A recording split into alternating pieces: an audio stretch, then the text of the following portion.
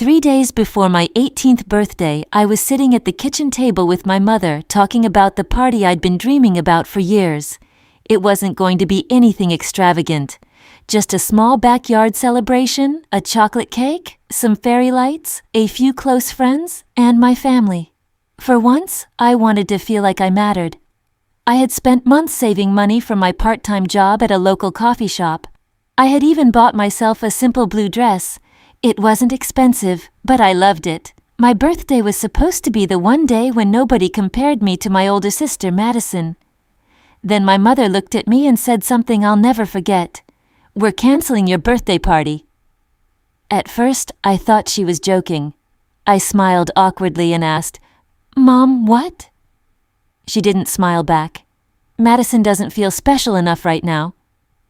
I stared at her, completely confused. What does that have to do with my birthday? My father walked into the kitchen and answered for her. "Your sister has been having a difficult time lately. We don't want a huge celebration making her feel worse." I couldn't believe what I was hearing. Madison was 21. She had her own apartment, her own car, a boyfriend, and a job my parents constantly bragged about. I was 18, and I had spent most of my childhood feeling like the extra person in my own family. Yet somehow, even my 18th birthday belonged to her. I looked at my mother and asked, "So what am I supposed to do?" She shrugged. "Maybe just have dinner with us." I felt something inside me break. It wasn't because there wouldn't be a party, it was because, in that moment, I finally understood something. This wasn't about my birthday, it was about how little they thought I deserved. I stood up and said, "Fine." My father frowned. "Don't make this dramatic." I looked at him. "I haven't." Then I walked upstairs. I packed a backpack with some clothes, my laptop, my wallet, and the little blue dress I'd bought for my birthday. At around 11:30 that night, I quietly walked out of the house. I didn't say goodbye. I didn't leave a note. I simply left, and I had no idea that walking away from that house would eventually change all of our lives. I went to my best friend Emily's house. When she opened the door and saw me standing there with a backpack, she immediately knew something was wrong. "What happened?" she asked. I started crying. Not loud crying, the kind where you try desperately to hold everything inside, but your body finally gives up. I told her everything. Emily listened without interrupting. Then she hugged me. "You can stay here," she said. I stayed with her family for 3 weeks. During those 3 weeks, I worked every shift I could get at the coffee shop. I slept on a small mattress in Emily's room. And every night, I asked myself the same question: what am I going to do with my life? I had no trust fund, no rich relatives, no perfect family waiting to rescue me. But I had something else. I knew how to design websites. I'd been teaching myself since I was 15. I started creating simple websites for local businesses. At first, I charged $150, then $300, then $500. My first serious client paid me $1,200. I stared at the payment confirmation on my laptop for almost 5 minutes. I'd never made that much money from something I'd built myself. I remember whispering, "Maybe I can actually do this." And for the first time in my life, I wasn't trying to impress my parents. I was building something for myself. A month after I left, my mother called. I almost didn't answer. "Sweetheart," she said, "we're worried about you." I laughed quietly. "You canceled my birthday because Madison wasn't feeling special." "That isn't what happened." "It is exactly what happened." There was silence. Then she said something that shocked me. "Your sister has always needed more emotional support than you." I closed my eyes. "So because I'm stronger, I deserve less?" "That's not what I'm saying." "It is." She became angry. "You're being selfish." That word stayed with me. Selfish. For wanting one birthday. For wanting to matter. For wanting my parents to look at me without seeing my sister standing beside me. I hung up. I didn't call back. But the next morning something strange happened. My father called. He didn't ask if I was okay. He didn't ask where I was living. He said, "You need to give us access to the savings account." I froze. "What savings account?" "The account your mother opened for you when you were 16. I knew exactly what he meant. My parents had always told me they were putting money into a savings account for my future. college, a car, maybe an apartment. I had never been allowed to see the account. "How much is in it?" I asked. My father hesitated. "That's not important." "Dad, how much?" Another silence. Then he said, "We used some of it for Madison." I couldn't speak. "How much?" "Most of it." I stared at the wall. Years of birthday money. Money from relatives. Money my parents said was being saved for me. Gone. Used for my sister. And suddenly the cancelled birthday made sense. It wasn't just favoritism. They had been taking from my future to fund hers. That day, I made a decision. I wasn't going back. I wasn't going to beg my family to love me equally. I was going to build a life they couldn't control. I rented a tiny studio apartment. It had cracked walls, an old refrigerator, and a window that barely closed. But it was mine. I put my laptop on a cheap folding table. That became my office. During the day, I worked at the coffee shop. At night, I designed websites. Sometimes I slept only 4 hours. Sometimes I ate instant noodles for dinner. But I was happy because every dollar I earned belonged to me. 6 months later, one of my clients recommended me to a growing marketing company. They hired me to redesign their entire online platform. The project paid $18,000. I thought I'd made it. But that was only the beginning. The company later offered me a permanent position. By the time I turned 19, I had saved enough money to quit the coffee shop. I started my own small digital agency. I hired 2 freelancers, then 4, then 7. My little business began growing faster than I could have imagined. And then my family found out. My mother called me one Sunday afternoon. Her voice was completely different. Sweet, warm, almost affectionate. "I'm so proud of you," I smiled bitterly. "Thank you. You've become such a successful young woman." I didn't answer. Then she said, "Maybe you should come home for dinner." I asked, "Why?" She laughed nervously. "Because we're family." Funny. They hadn't seemed to remember that when they canceled my 18th birthday. I agreed to dinner, not because I wanted to go back, because I wanted answers. When I arrived, everything looked exactly the same. The same house, the same kitchen, the same family photos. Except there was one new photo, Madison standing beside a brand new luxury car. I looked at it. My mother noticed. "Your sister bought that herself." I nodded. Good for her. Dinner was uncomfortable. Then my father cleared his throat. "We wanted to talk to you about something." I already knew. "What?" He smiled. "Madison is starting a business." I waited. "She needs some investment money." I almost laughed. "So?" My mother reached across the table. "We were thinking you could help her." I looked at both of them. "You used my savings for her before." My father became defensive. "That was years ago. You never paid it back. We were your parents. And she was your favorite." Nobody spoke. Then Madison walked into the kitchen. She had been listening. She looked at me and smiled. "You always were dramatic." I turned toward her. "I'm dramatic?" She rolled her eyes. "You left the family because your birthday got canceled." "No." I looked directly into her eyes. "I left because I finally understood my place in this family." Her smile disappeared. Over the next few months, my business exploded. A national company signed a contract with us, then another. My income became more than my parents had ever imagined. I bought a modest house. Nothing flashy, just a comfortable home with a small garden. For the first time, I had a place where I could breathe, but Madison became increasingly angry. She started making comments online. Some people become successful and suddenly forget where they came from. Then another post appeared. "Money can change people." Then another. "Family shouldn't be abandoned just because someone thinks they're better than everyone else." People who didn't know the truth began criticizing me. I ignored it.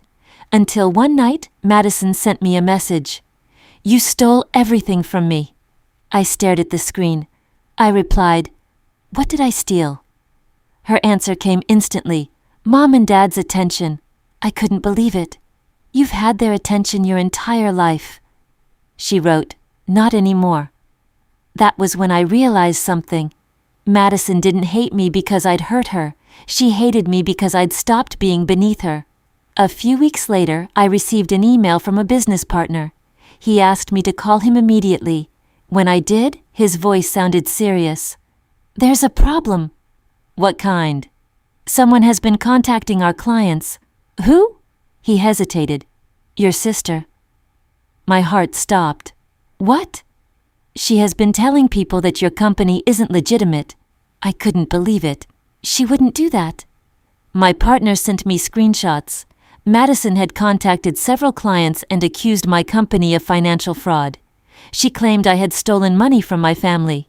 She claimed my business was built using family resources. She even told one client that I had abandoned my parents because I was greedy. I was furious. But I didn't call her. I didn't scream. I didn't threaten her. Instead, I did something much more powerful.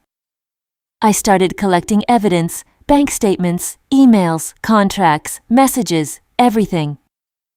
And then I discovered something I hadn't expected. The money my parents had taken from my savings hadn't all gone to Madison's college tuition.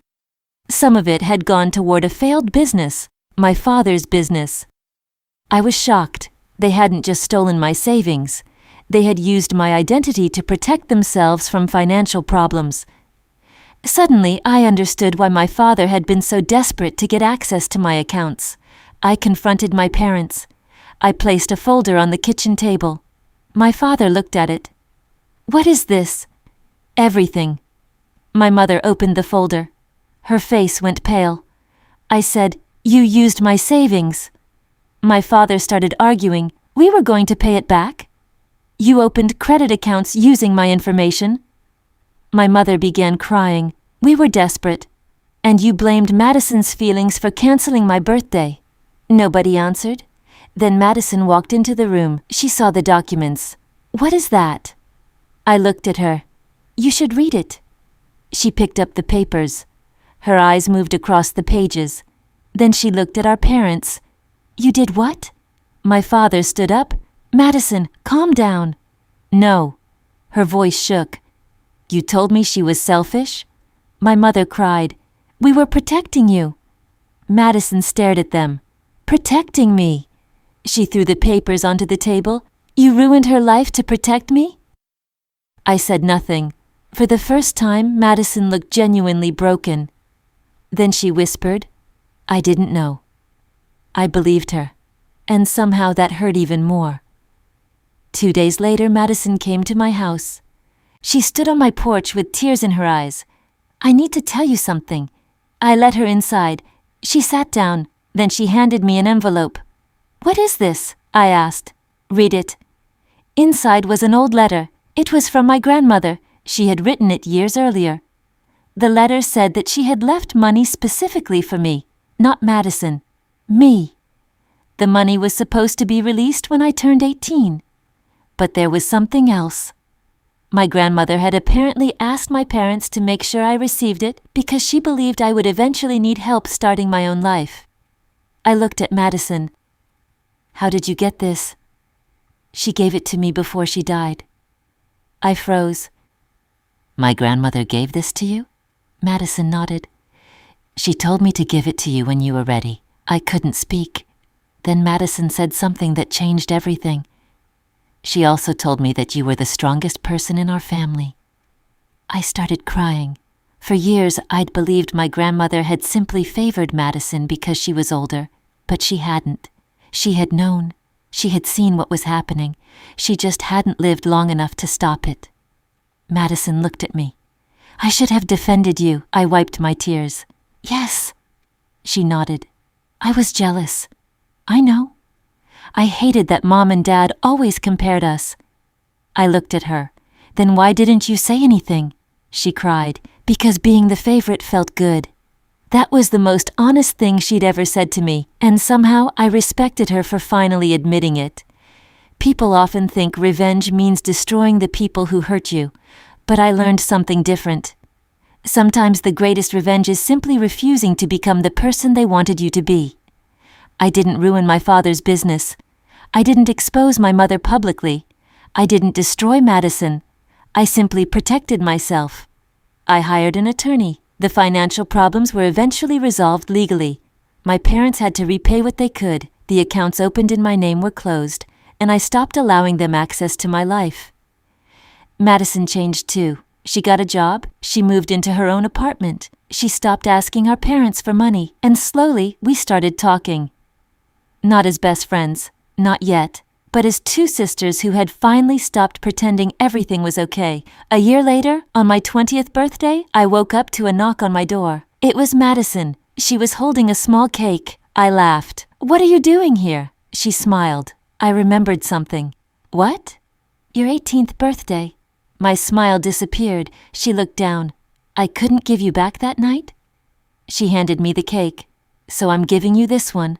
I opened the box. Written across the cake were 6 simple words. "You deserve to feel special too." I started crying. Madison hugged me, and for the first time in years, I didn't feel like I was fighting my family. I felt like I was finally free from them. Months later, my business continued growing. I moved into a bigger office. I hired more employees. I started mentoring young people who came from difficult families. And every year, on my birthday, I did something special. Not because I needed anyone's permission, because I finally understood something my 18-year-old self didn't. Your value doesn't come from how much attention your family gives you. It doesn't come from being someone's favorite. It doesn't come from money. And it certainly doesn't come from people who only appreciate you after you become successful. Sometimes the people who hurt you the most are the people you expected to protect you. And sometimes walking away from them isn't giving up. It's choosing yourself. My parents eventually apologized. I accepted their apology. But forgiveness didn't mean giving them the same access to my life. I learned that forgiveness and trust are 2 completely different things. You can forgive someone and still keep the door closed, because peace doesn't always come from fixing the family. Sometimes peace comes from building a new life where their approval is no longer necessary, and that was my real revenge. I didn't destroy my family, I simply built a life they could no longer control. If this story touched your heart, tell me in the comments, which country are you listening to this story from? We love seeing how far our stories travel around the world. And if you enjoy emotional stories about betrayal, family drama, revenge, justice, and unexpected twists, don't forget to subscribe to Revenge Mode USA for more powerful stories like this. Thank you for listening.